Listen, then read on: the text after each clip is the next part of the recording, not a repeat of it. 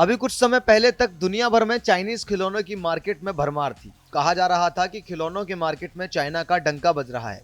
लेकिन अब समय ऐसा बदला है कि देश में ही नहीं, दुनिया भर की मार्केट में चाइनीज टॉय के खरीदार ढूंढे नहीं मिल रहे। आखिर इतनी जल्दी ऐसे क्या हो गया? आखिर कैसे इन चाइनीज खिलौनों को भारतीयों ने किनारे लगाते हुए अपने देश के खिलौनों की दुनिया भर में धूम मचा दी? अगर आंकड़ों की बात करें तो इसका अंदाजा इसी बात से लगाया जा सकता है कि फाइनेंशियल ईयर 2015 से 2023 के बीच भारत से खिलौनों के निर्यात में 239% तेजी आई है। इस दौरान आयात में 52% गिरावट आई है। इसके साथ ही खिलौनों के ग्लोबल मार्केट में चीन का दबदबा कम हो रहा है और भारत नेट एक्सपोर्टर बनकर उभरा है। दुनिया की कई बड़ी खिलौना कंपनियां अब चीन के बजाय भारत से खिलौने खरीद रही हैं। मार्केट रिसर्च फर्म IMARC की एक रिपोर्ट के मुताबिक भारत की टॉय इंडस्ट्री की वैल्यू पिछले साल 1.7 अरब डॉलर थी, जिसके 2032 तक 4.4 अरब डॉलर तक पहुंचने की उम्मीद है। अब आप सोच रहे होंगे कि आखिर ये कैसे हुआ, तो आपको बता दें कि ये कमाल है मोदी सरकार के खिलौनों को बढ़ावा देने के लिए उठाए गए कदमों का। मोदी सरकार ने देसी खिलौनों को बढ़ावा देने के लिए कई ऐसे कदम उठाए हैं जिनकी बदौलत भारत आज इस इंडस्ट्री में पावर हाउस बन रहा है।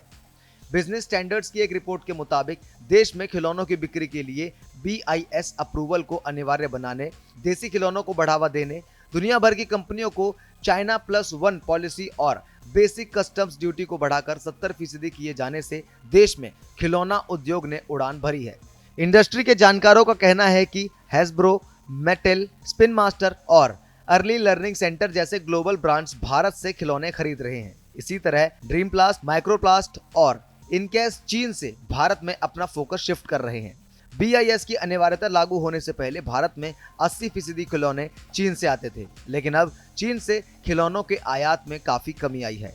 टायर बनाने वाली चेन्नई की कंपनी MRF के पास भी एक टॉय ब्रांड है जिसका नाम फन स्कूल है। कंपनी के CEO R जसवंत का कहना है कि चीन के खिलौनों को BIS की मान्यता नहीं मिली है। चीन से होने वाले आयात की जगह अब भारतीय प्रोडक्ट्स ने ले ली है। 10 साल पहले शायद ही कोई कंपनी भारत से खिलौने खरीद रही थी, लेकिन अब कई कंपनियों ने भारत में अपना बेस बनाया है।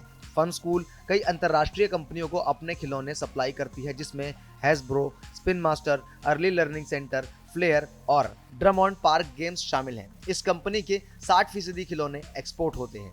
फन स्कूल दुनिया के 33 देशों को एक्सपोर्ट करती है, जिसमें गल्फ देश, यूरोप और अमेरिका शामिल है। तो वहीं RP एसोसिएट्स के मुताबिक भारत में खिलौनों का उत्पादन बढ़ गया है और कई कंपनियों ने भारत में अपना बेस बनाया है। पहले चीन से खिलौने खरीद रही कंपनियां अब दूसरे देशों में शिफ्ट हो रही हैं। इनमें भारत भी शामिल है। इस लिस्ट में माइक्रोप्लास्ट, ड्रीम प्लास्ट और इनकेस जैसी बड़ी कंपनियां भी शामिल हैं। हैस्ब्रो और मेटल जैसी कंपनियां बड़े पैमाने पर भारत से खरीद रही हैं।